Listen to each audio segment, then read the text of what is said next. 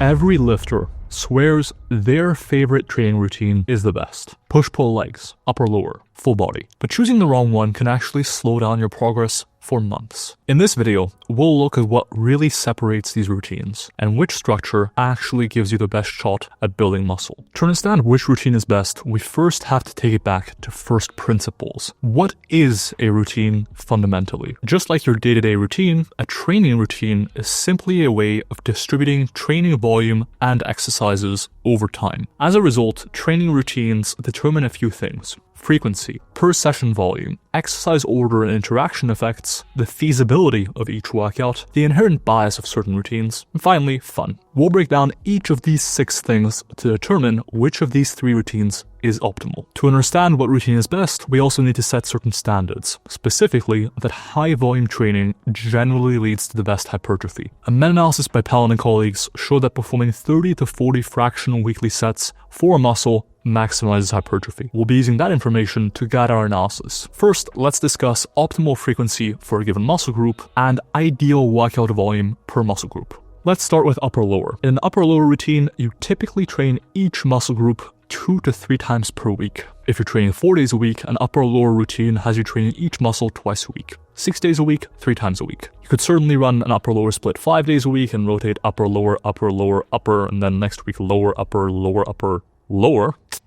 Quick math. But that is more of a niche case. In order to reach 20 to 40 fractional weekly sets per muscle group, you'll be doing 7 to 20 fractional sets per muscle group per workout using an upper-lower routine. In the case of push-pull legs, nearly invariably, you'll be training each major muscle group twice a week. You could certainly do a push-pull legs only 3, 4, 5 days a week, but that isn't advisable. In a moment, we'll discuss whether or not that's optimal. A push-pull legs routine is nearly always used in the context of training 6 days a week. You could certainly run a push-pull legs routine with 3, 4, 5 days a week, but that's not really advisable. Let's stick with 6 days for this example. When using a push-pull legs routine 6 days a week, you'll be training each muscle twice a week. As a result, to reach 20 to 40 fractional weekly sets, you'll need to do 10 to 20 fractional sets per muscle group per workout. And finally, let's talk about full body. A full body routine is by far the most flexible. As a result, any muscle group can be trained from anywhere from 2 to 7 times a week. Not every full body day needs to train every single muscle group, but that range gives us a total of 5 to 20 fractional sets per muscle group per workout. Now that we have these numbers in place, we can assess how effective these routines are. Some very new, interesting research has been published in Exercise Science on exactly this topic. A meta-analysis by Remert and colleagues tried to determine how many sets should you be doing per workout per muscle group. Since we also know how much volume you should be doing per week, knowing how much volume you should be doing per session can help inform us as to what routine is best, so that we can construct a program that is both effective on the weekly scale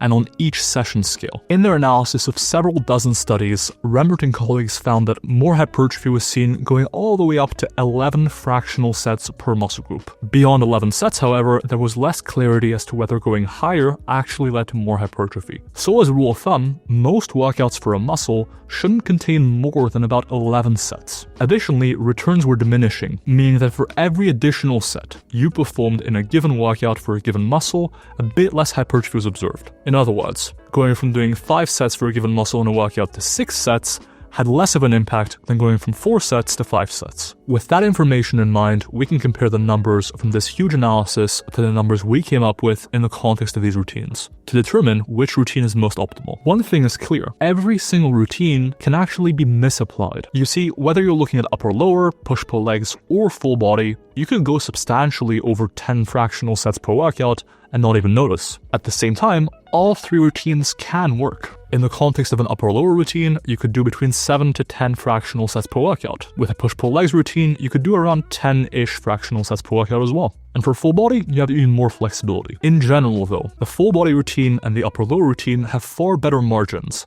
between the bottom boundary and 11 sets. For upper-lower, anywhere between around 7 to 11 fractional sets per workout is fine. And for full body, you can do anything between 5 to 11 fractional sets and still reach an effective total weekly volume. In both those examples, you would achieve a solid per workout volume without running into excessively diminishing returns and achieve a solid weekly volume for each muscle group. When it comes to volume, however, I want to give a quick caveat. You see, while it's probably worth doing 20 to 40 fractional weekly sets for most muscles, your own volumes can differ based on your priorities. If, for example, you're specializing on chest and triceps, you probably want to distribute that volume for chest and triceps across more days. After all, you're probably pushing for closer to 40 fractional weekly sets for those muscles, and therefore, based on the results by Remerton colleagues, you'll likely want to distribute that over closer to 3 to 4 weekly sessions. On the flip side, if you're following a lower volume routine, for example, doing 10 fractional weekly sets per muscle, you can likely get away with just 1 or 2 sessions per week. But so far, upper, lower, and full body offer the most flexibility. Next, let's discuss exercise order and interaction effects. And this is where a routine like push-pull legs does slightly lag behind. You see, in a push day, for example, you start with a chest compound movement, or 2, and then you move on to maybe an overhead press. And so if you're then including a tricep isolation movement in order to achieve a weekly volume that is sufficient to maximize hypertrophy, you're oftentimes running into pretty severely diminishing returns for your triceps, because you've already accumulated many of the better bang for buck sets across that workout. And so the interaction effects of several exercises in a row for a push-pull leg split oftentimes ends up being slightly worse than for an upper-lower routine or a full body routine. But when it comes to exercise order, there is another consideration. A recent meta-analysis suggests that exercise order doesn't really influence hypertrophy too much. However, when it comes to strength, it is likely that sequencing your exercises in such a fashion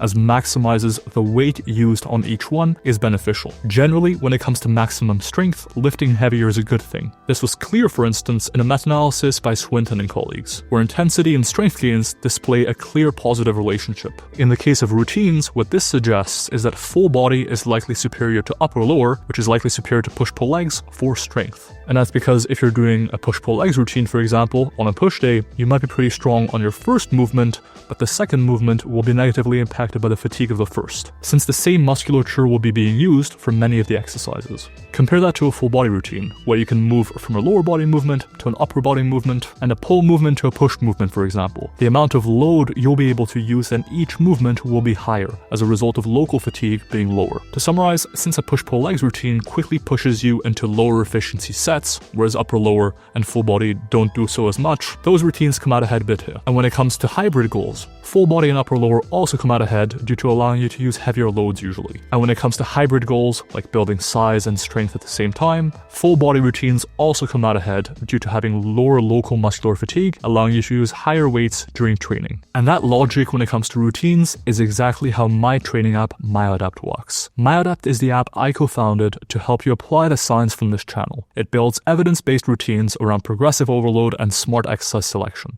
It lets you emphasize the muscles you care about, and it tracks your progress automatically. You can train anywhere, at home or in a gym, in as little as 15 minutes, and switch between gyms seamlessly. Head to myoadapt.com and use code WOLF for a free 2-week trial. If you prefer to work with me directly, you can also apply for one-on-one coaching, where I'll work with you to optimize your training, nutrition, and recovery. Big thank you as always to Rascal Apparel for supporting the channel. You can use code WOLF for 10% off their training gear at rascalapparel.com. Next, let's discuss the feasibility of each workout within the routine. Feasibility matters. For argument's sake, if one day within the routine is so challenging that you really dread it and you find it difficult to give it your full effort, the quality of each set, and therefore the hypertrophy you observe, gets compromised. The upper-lower routine balances difficulty and feasibility relatively well. For men especially, upper body days tend to have slightly more exercises since there are more individual muscle groups to target. This makes upper body days difficult but feasible. Leg days, on the other hand, can be relatively challenging, especially in the context of a 4-day-a-week setup, since you're trying to get in 20 to 40 fractional weekly sets in only 2 sessions for your legs. That'll often mean using plenty of compound movements. If you're training 6 days a week with an upper or lower routine, the difficulty of each leg day does improve substantially. So the upper lower split does reasonably well on this one. On the flip side, push-pull legs does slightly worse than upper lower, since even if you're training 6 days a week, you're forced to only have 2 leg days. And if you're training fewer than 6 days a week, it gets even worse. On the flip side though, push-pull legs routines tend to display some asymmetry in difficulty of workouts. Push and pull workouts tend to be pretty easy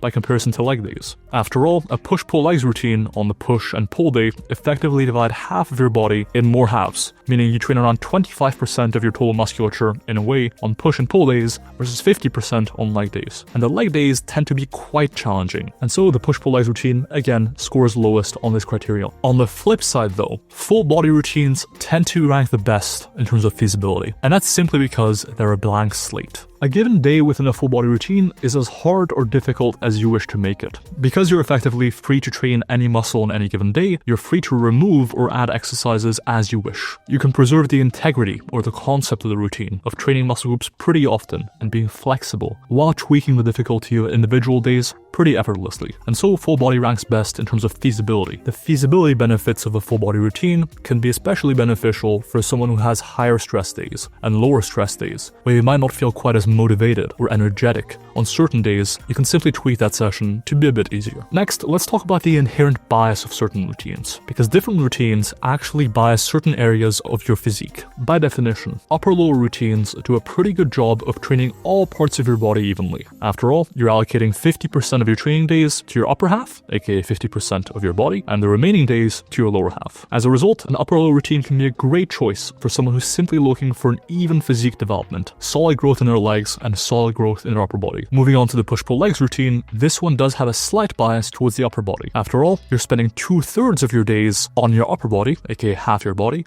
and only 1/3 of your days on your legs. As a result, the push-pull legs routine is best suited to someone who's trying to bias their upper body. For example, if your legs are already a strong point, or if you simply don't want to spend as much time training legs, which, let's be honest, most of us don't. The full body routine resembles the upper body routine in terms of bias, in the sense that you can train anything on any day, and so by definition, there is no bias. However, it is different in the sense that it is a blank slate, meaning you can make this routine emphasize anything within your physique. If you want to bring up your arms, you can do that. In general, in terms of bias, push-pull legs might be best if you're intending on specializing on upper body anyways, but full body might be even better in this regard. That's because a push-pull legs routine limits your weekly frequency for a given muscle group to only twice a week. And as we reviewed earlier, you're better off distributing high volumes for a given muscle group across more workouts. But let's discuss something a bit more abstract, and that's, do training routines even make sense? And the answer is no, not really, because you're likely better off thinking, how should I distribute volume for each muscle across the week? And what does each individual day's structure look like as a result? Because ultimately, what you're trying to achieve with a training routine is making each day feasible, having a sufficient weekly volume, and training each muscle with the optimal per session volume, maximizing area under the curve for hypertrophy based on the per session volume analysis we have. Before we get into specific recommendations, let's briefly talk about fun within your routine. Because most people are following a routine because they enjoy it. And when it comes to fun, the world is kind of your oyster. As long as you're considering the science and you're making an informed trade-off, experimenting with routines is perfectly valid. In fact, I would hypothesize that most people who are following a push-pull legs routine are doing so in part because they enjoy it more. They enjoy the pump in their pecs from a push session, they enjoy getting a nasty back pump, and they even enjoy the leg day, as hard as it is. And there's not really a need to stick to one specific routine for the rest of your life. You can absolutely experiment, as long as you're aware of the trade-offs in terms of effectiveness. Based on this breakdown so far, you can probably guess what the best routine is for hypertrophy. But let me give my recommendations for different use cases. First, if you're training with more low to moderate volumes, routines like a push-pull legs routine or an upper-lower routine work very well. And that's because you wouldn't really be going much past 10 fractional sets per muscle group per session anyways. So if you're only performing, say, 5 to 15 or 20 fractional sets per muscle per week, these routines work just fine. However, if you're training with higher volumes, say closer to 20, 30, or 40 fractional weekly sets per muscle, whether because you're specializing on a given muscle group or whether you're just training with a high volume approach overall, your best bet is likely a full body routine. To be clear, a full body routine does not mean you need to train every single muscle group every single day of the routine. Instead, it gives you a blank slate to tweak the difficulty of each session, to distribute volume for the muscle groups you care about the most effectively. Because if you're doing, for example, 30 sets of chest training per week, you're likely better off distributing that over 3 to 6 sessions per week, rather than trying to cram it all into 1 or 2 upper or push sessions per week. And that's because you get diminishing returns on going past, say, 10 sets for a single muscle in a single session. So when specializing or when training with high volumes, I would honestly recommend a full body routine. However, if you can find a compromise with per session volume and your weekly volume is appropriate with a different routine, by all means, go for it. Or if you're willing to make a compromise to your overall hypertrophy in exchange for having more fun in your routine, that is perfectly valid as well. On principle though, full body routines tend to be best. Upper-lower tends to be a good alternative, and push-pull leg routines can work. They're just a bit more limited. Thank you for watching, and I'll see you in that next one. Peace.